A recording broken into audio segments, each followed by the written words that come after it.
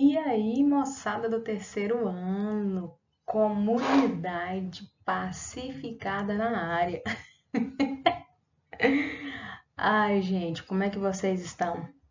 E aí, moçada do sexto período, que também equivale ao terceiro ano, como vocês estão? Tanto matutino quanto noturno. Eu espero que vocês estejam bem, que vocês estejam com saúde, estejam com trabalho, estejam com saúde mental, principalmente, né? Porque esse, essa mudança assim na nossa vida afetou muito psicologicamente, claro, né? Não tô falando financeiramente, não tô falando com problemas de família, mas assim, psicologicamente muito. E apesar de a gente não ter feito, a gente que eu falo brasileiro, não ter feito a quarentena como deveria, a gente ainda teve um baque muito grande no nosso dia a dia, né? Então eu espero que a gente dê início agora, liga a primeira, vambora, engata a primeira, vambora, porque temos aí mais um ano para vencer e já temos a nossa luz do túnel aí, né? Que é a nossa vacina. Eu espero que chegue logo a nossa hora de vacinar para a gente poder retomar normal, porque as únicas coisas que faltam retomar ao normal são as aulas presenciais, né? Porque o resto tá online, né? Não, meus queridos? Então vamos lá com a nossa revisão aí. Esse conteúdo vocês vão ver na apostila de, acho que quarto bimestre, terceiro bimestre, o sexto período. Nós tivemos um assunto não muito parecido, porém, com esse vídeo aqui vocês vão meio que conseguir responder e depois a gente vai ter as aulas, né, no Google Meet para poder responder essas atividades, correção de atividade, tirar dúvida de vocês, tá bom? E é isso. Belezinha pura? Então vamos lá. A gente vai falar de nova ordem mundial que aconteceu pós-guerra, né? Pós-segunda guerra mundial e assim por diante. Vamos lá. Velha ordem, como que era, né? Antes da nova ordem mundial, nós tínhamos a velha ordem, ou seja, o conflito leste-oeste. Nós temos, né, o mundo. Aí, não dá para desenhar o mundo aqui porque eu sou péssima com isso. Aqui, ó, o conflito leste-oeste é esse aqui, ó, que divide o mundo em leste e oeste, ou o mundo oriental e ocidental. Nós somos do ocidental, beleza?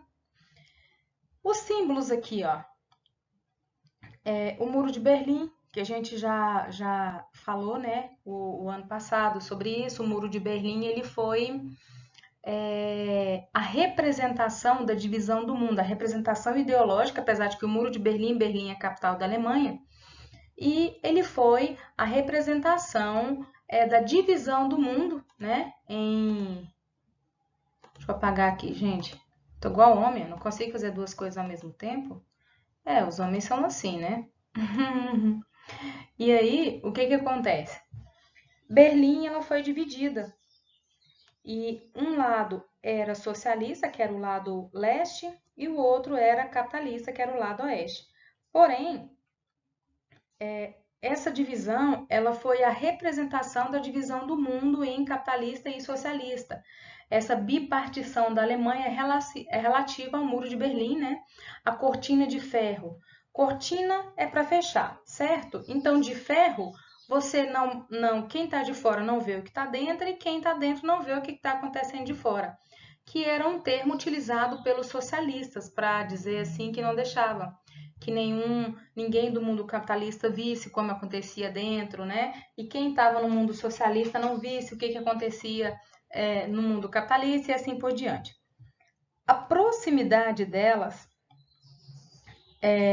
a proximidade geográfica, e tiveram a mesma origem histórica e cultural. Então, nós tivemos aí esse conflito. Então, velha ordem, conflito leste-oeste, certo? Conflito leste, que é o oriental, né? Aqui, conflito leste. E aqui, conflito oeste. Oriental. O ocidental, que era capitalista, né? Aqui, desse lado, capitalista, desse lado, socialista. Ocidente, ou né, o lado onde o Brasil fica, o Ocidente, democracia pluripartidária, ou seja, vários partidos. Do lado socialista ou do leste do mundo, ou lado oriental, a ditadura do partido único. No capitalismo, hegemonia da propriedade privada. O que é isso, hegemonia? A hegemonia seria como se fosse assim, o que comanda. O que comanda o capitalismo seria a propriedade privada, né? Nós temos escolas particulares, hospitais particulares, empresas, indústrias, né? É o que manda. No socialismo, exclusividade da propriedade estatal. Ou seja, se eu tenho a propriedade privada no Ocidente, e são várias, então eu tenho concorrência. No Ocidente, a exclusividade da propriedade estatal, ou seja, o Estado era dono, né? Então, eu não preciso ter concorrência, eu posso ter uma indústria de cada segmento, eu não preciso ter concorrência. Por quê? Porque é o Estado é dono, né? No Ocidente, da livre iniciativa. No Oriente, consumo limitado. A livre iniciativa, que a livre concorrência, né, no Ocidente, você achou a loja A, o sapato tá caro, aí você vai lá na B. Mas a loja B é do lado da loja A, e daí? Eles são concorrentes. Se o preço da loja A não te agradou, você vai lá na B, e se te agradou, você vai e compra. Não, mas tá de frente, e daí? A da loja da minha frente não agradou, então eu vou na outra. É a livre iniciativa e a livre concorrência. A livre iniciativa é assim, eu vejo meu vizinho aqui abriu um churrasquinho. Aí eu falo assim, uai, tá dando movimento. Eu acho que eu vou abrir um churrasquinho também. Aí eu vou. O que separa a minha casa da dele é uma calçada, né? Um muro, uma calçada, né? Eu vou fazer um churrasquinho aqui do lado também. Então, isso é a livre iniciativa. Você poder, né? Fazer isso. Já no consumo limitado do socialismo, eles, como não tem a livre concorrência, não tem a quantidade de indústrias e lojas e tudo que tem no capitalismo, lá tudo é limitado. Você não precisa comprar para armazenar. Você nem pode comprar para armazenar, né? No Ocidente, sociedade rica, altos índices de produtividade. No Oriente, baixos índices de produtividade. Nem tem falando sobre a sociedade rica, só tem sobre a produtividade. Por quê? Porque no socialismo, as pessoas, o Estado trabalharia para o bem-estar social, então todos teriam o mesmo nível de educação, todos teriam o mesmo tipo de hospital, não tem hospital público, particular, tudo era público, então tudo tinha que ser bom, né? Só que é uma utopia, é um sonho, algo nesse estilo. Por quê? Porque as pessoas que estavam no poder do Estado, eles tinham um certo privilégio. Então, amores, se tem um certo privilégio, deixa de ser o socialismo e passa a ser capitalismo, que é onde as pessoas têm privilégio em algumas coisas, né? As diferenças entre eles, né? Oriente e Ocidente, ou Leste e Oeste. Diferenças políticas, econômicas, sociais e aumentavam cada vez mais, né? Modelos americano e soviético frente a frente. Essas diferenças aumentavam cada vez mais, né? E existe, inclusive os filmes do James Bond, para quem já assistiu, ele fala muito ele fala de espionagem, né? E geralmente é um espião norte-americano e geralmente o outro lado, o opositor ao norte-americano, seria um espião russo, um espião soviético. Então, essa diferença aí é mostrada há muito tempo já nos filmes, né? Se a gente prestar bem atenção. 1991 é a queda do Muro de Berlim, né? A queda do Muro de Berlim, ele foi um marco mundial para falar assim, ó, a Guerra Fria acabou. A Guerra Fria, que não explodiu um canhão, não derrubou uma bomba, não matou ninguém. Essa guerra teve o nome de Fria, que foi logo após, né, Segunda Guerra Mundial, porque ninguém foi morto, ninguém atirou, ninguém fez nada. Mas muitas coisas aconteceram durante esse conflito leste-oeste que durou quase 50 anos. 1991, fim do conflito leste-oeste, a desagregação política, geopolítica, que é de poder, né, e territorial da URSS. A URSS, a União das Repúblicas Socialistas Soviéticas, ela tinha um monte de países que participavam. Então, ela perdeu força. Perder força ou perder poder é perder a geopolítica dela. A geopolítica significa força. A palavra correta de geopolítica que traduz ela é poder. Então, essa perca territorial, o que é perca territorial? Bom, a perca territorial deles seria assim: os países que desagregaram, não dá para pegar a bolsa deles e ir embora, porque são países. Porém, eles não fazem mais parte da URSS, eles não fazem mais parte do socialismo, recebeu dinheiro, empréstimo, né, de países capitalistas para se reerguer, para melhorar. Então, foi o desfacelamento da URSS, a desagregação. Isso tudo aconteceu em 1991. Boris Yeltsin entrou no poder na época, deu a independência da Rússia, né? E teve também, nessa mesma época, a criação da CEI, que é a Comunidade dos Estados Independentes. Isso tudo foi a velha ordem. E a nova ordem? A nova ordem mundial tem duas facetas, a geopolítica e a econômica, né? A geopolítica, eu já falei para vocês que a palavra que comanda é poder. O que é a geopolítica? Mudança para um mundo multipolar, onde não tinha ou só os Estados Unidos ou a União Soviética. Não, nesse mundo multipolar, o que manda agora é a quantidade de riquezas que esses países têm. E essa outra faceta econômica, processo de globalização, formação de blocos econômicos supranacionais que antes não tinha. Esses supranacionais são blocos econômicos que países fazem com outros países, que fazem com outros e vai formando uma cadeia de países para fazer transações comerciais, econômicas, né, que são chamadas de transações financeiras, para o seu bel prazer, para comprar produtos e assim por diante. Conflito Norte-Sul, eu já tinha desenhado lá, né? Aí o outro era Leste-Oeste. Aí esse aqui é Norte-Sul. Peraí, deixa eu juntar aqui. Aí esse aqui, ó, é conflito Norte, conflito Sul, não é mais o Leste-Oeste. Alguns, nova ordem, vitória do capitalismo e da democracia. Outros motivos, que o modelo político e econômico estabelecido pelos Estados Unidos da América se tornaria dominante a tal ponto que não haveria mais conflitos. Ah, professora, mas tá mentindo, teve mais conflitos. Não, mas conflitos aqui, ele está falando conflitos como a Guerra Fria. Como a Guerra Fria foi só esse, nós não tivemos outro, só foi esse, que a Guerra Fria ela foi única. Nós tivemos a Primeira Guerra Mundial, nós tivemos a Segunda, quem sabe nós não teremos uma terceira aí, não sei, tomara que não, né? Porém, conflito igual à Guerra Fria, só teve esse, beleza? Ordem multipolar, o pós-Guerra Fria aqui, né? Pós-Guerra Fria aqui. Poder é medido pela capacidade econômica do país. Então, essa nova ordem mundial está aqui, ó. Nova ordem mundial. O que é ela? O que é? O poder é medido pela capacidade econômica do país. O que envolve essa frase? A disponibilidade de dinheiro, que são capitais, o avanço tecnológico, mão de obra qualificada. Por isso que a gente está fazendo isso com vocês agora no início do ano, de falar sobre vestibulares, faculdade, cursos de qualificação em nível médio, que é curso técnico. Por quê?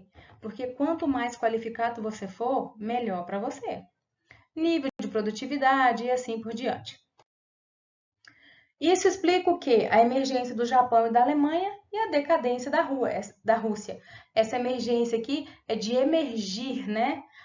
De melhorar o seu país. A Rússia tem um poderoso e sempre teve um poderoso arsenal militar. Ou como a gente fala, é armamento bélico. Esse arsenal militar, esse armamento bélico aqui, ele é exclusivamente para guerra, né? Que foi quando aconteceu petecou lá dentro da URSS, que eu já havia falado para vocês, pegou o dinheiro que era para prover coisas para as pessoas daqueles países e ficava injetando em materiais bélicos e o povo passando por necessidade, e aí teve um problema sério. E o setor industrial obsoleto, que é antigo demais e pouco produtivo.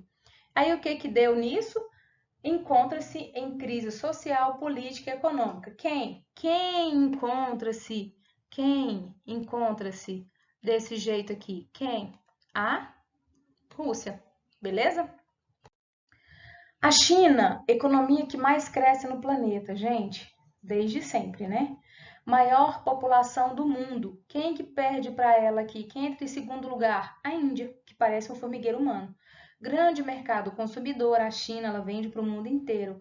Mão de obra barata, facilidade para atração de capitais estrangeiros e, apesar disso, tem sérios problemas internos, principalmente políticos.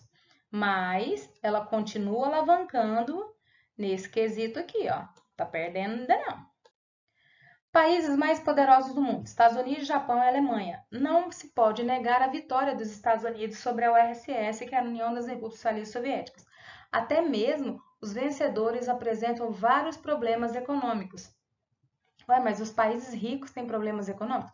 Tem. Só que a lei deles é muito rígida, eles são muito centrados, não tem essa corrupção que o nosso país tem. Assim, tem, mas é muito pequeno. E existem países que nem tem. Aliás, a corrupção, ela não é comum a todos os países do mundo, tá? São só alguns e poucos. Elevado déficit público, elevado endividamento interno e externo, que foi no caso lá, né, da corrida armamentista, que gastou-se muito dinheiro. Nós tivemos a corrida armamentista, a corrida espacial, né, e assim por diante. O capitalismo é mais dinâmico e competitivo. Claro, o que rege o capitalismo? Lucro. Essa é a palavra, lucro e livre concorrência, né? Livre iniciativa, mas é o lucro. Não esquecer, países subdesenvolvidos são todos capitalistas, com exceção da Coreia do Norte, Cuba e Vietnã.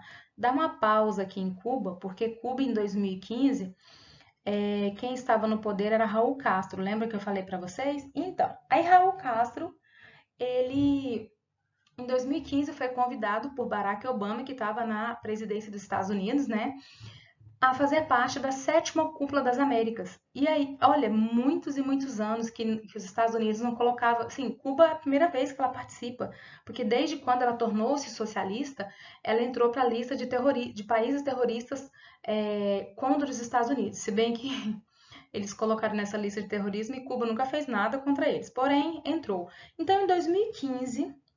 um quê da história essa parte, Cuba foi chamada, né, para poder participar dessa reunião.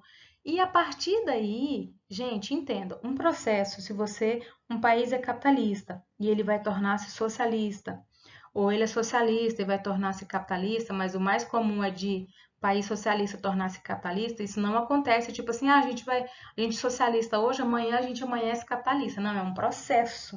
É um processo lento, porque tem as indústrias que vão injetar dinheiro nesse país, tem as indústrias que vão para lá, vai dar emprego para as pessoas, vai começar a circular o dinheiro, países vão injetar dinheiro naquele lugar, com hotéis, com turistas e assim por diante, né? Então, Cuba, a gente meio que dá uma cortadinha, mas nessa época aqui tinha esses três que eram, né? Mas atualmente, Cuba, a gente dá uma cortada, atualmente, tá? Muitos problemas no mundo foram criados pelo sistema capitalista. Quais? Aumento da pobreza, a discrepância, né, de salários, a discrepância de moradias, a discrepância da qualidade de vida, né?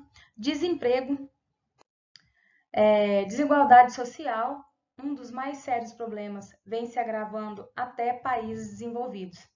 Aumento da incorporação de novas tecnologias no processo produtivo. Tecnologias no processo produtivo, as máquinas entram e os funcionários saem. Tem diminuído a oferta de emprego. Por que as máquinas entram e os funcionários saem? No lugar de 100 funcionários, eu posso ter 5 máquinas. No lugar de 100 funcionários, eu treino 5 para mexer com essas máquinas e pronto.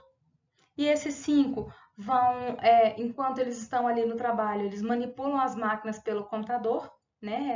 Essa era informacional, e pode deixar os programas já gravados, os programas já mantidos para tal hora voltar a funcionar, ou desligar. Então, assim, por conta disso, muita gente pegou o beco. E isso contribuiu muito para empobrecer a população, a perca de emprego, né? Hoje no Brasil, por exemplo, nós temos de 14 a 16 milhões de pessoas desempregadas. É muita gente, muita. Conflito Norte-Sul, natureza econômica e não geopolítica. Ao passo que, né, depois eu vou mostrar para vocês no mapa como que fica essa divisão. Lembrando que o conflito Norte-Sul não é a divisão geográfica Norte-Sul comum. Como ele próprio diz, a natureza aqui, ó, do conflito Norte-Sul é econômica e nós temos uma divisão peculiar aos mapas.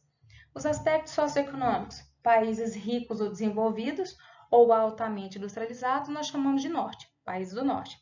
Países subdesenvolvidos ou pobres, nós chamamos de países do sul. Então, lembrando, não é, ó, uma divisão geográfica, é de natureza econômica, beleza? Continua. A linha divisória na América, Estados Unidos e México, na Europa, o Mar Mediterrâneo.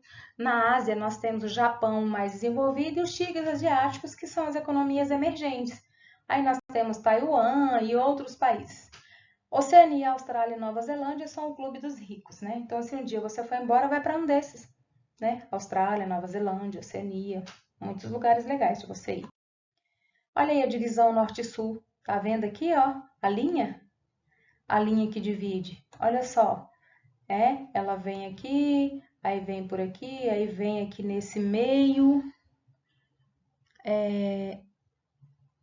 aí eu já perdi, eu não sei cadê, não, eu não sei cadê não, eu já perdi aqui, meus óculos, minhas vistas aqui não tá boa não. Aí pega esse meio aqui e vem e dá um balão aqui, e vem aqui na Oceania que fica aqui ó, aqui na Oceania fica na parte de cima, ou seja, do norte, né? E assim por diante, beleza? Então, esse aqui é o mapa. Países desenvolvidos são os de cima. Os vermelho clarinhos são subdesenvolvidos, né? Então, assim por diante.